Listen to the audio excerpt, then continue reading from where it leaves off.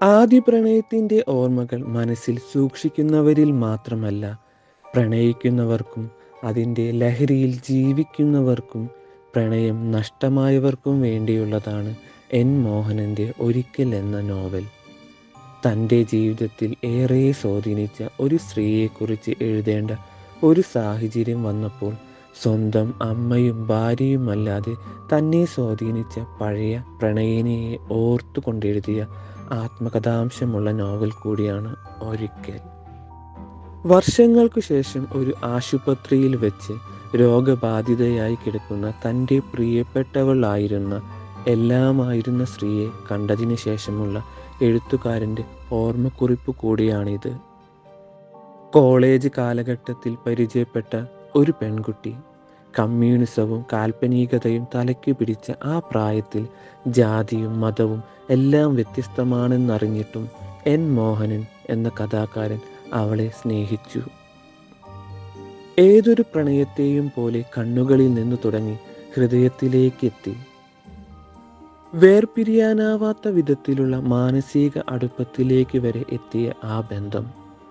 ആ പെൺകുട്ടിയും അതേ മാനസികാവസ്ഥയിൽ ആയിരുന്നെങ്കിലും ഒരു നിർണായക ഘട്ടത്തിൽ അവൾ മറ്റൊരാളുടെ ഭാര്യയായി മാറുകയാണ്.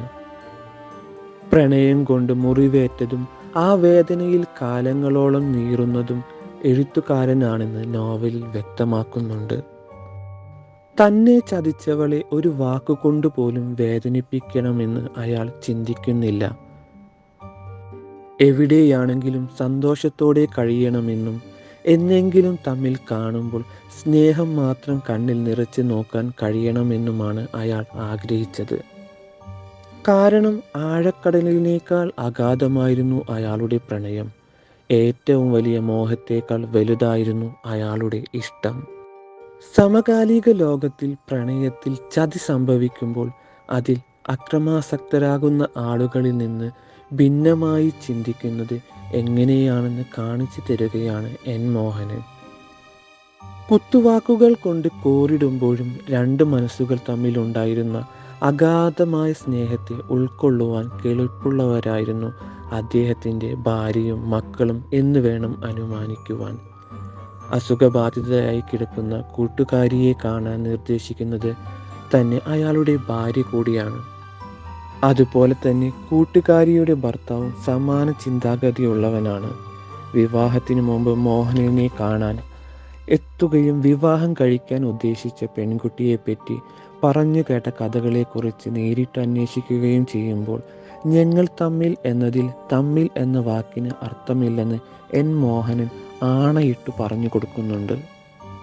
അയാൾക്ക് മാത്രമുണ്ടായ ഒരു ഇഷ്ടമാണെന്നും ആ പെൺകുട്ടി നിരപരാധിയാണെന്നും പറഞ്ഞ് അയാളെ യാത്രയയക്കുമ്പോൾ എൻ മോഹനൻ്റെ കണ്ണ് നിറയുന്നത് കണ്ട് തമ്മിൽ കെട്ടിപ്പിടിക്കാൻ പാകത്തിൽ അവർക്കിടയിൽ ഒരു ബന്ധം ഉടലെടുക്കുകയായിരുന്നു. വർഷങ്ങൾക്കു ശേഷം ആശുപത്രി വരാന്തയിൽ വെച്ച് ഇരുവരും കാണുമ്പോഴും ആ സ്നേഹബന്ധം അങ്ങനെ തന്നെ നിലനിൽക്കുന്നു എന്നും വ്യക്തമാണ്. പ്രണയിച്ച പെൺകുട്ടിയെ അത്ര കണ്ട് വിശുദ്ധിയോടെ വിരൽത്തുമ്പ് കൊണ്ടുപോലും ഒന്ന് തൊട്ടു നോവിക്കാതെ ഹൃദയത്തോട് ചേർത്ത് വെക്കാനാണ് ഇവിടെ മോഹനൻ ആഗ്രഹിച്ചത്. അകലെയേക്കാൾ അകലെയാകുന്നു നീ, അരികിലേക്കാൾ അരികിലാണ് അത്ഭുതം.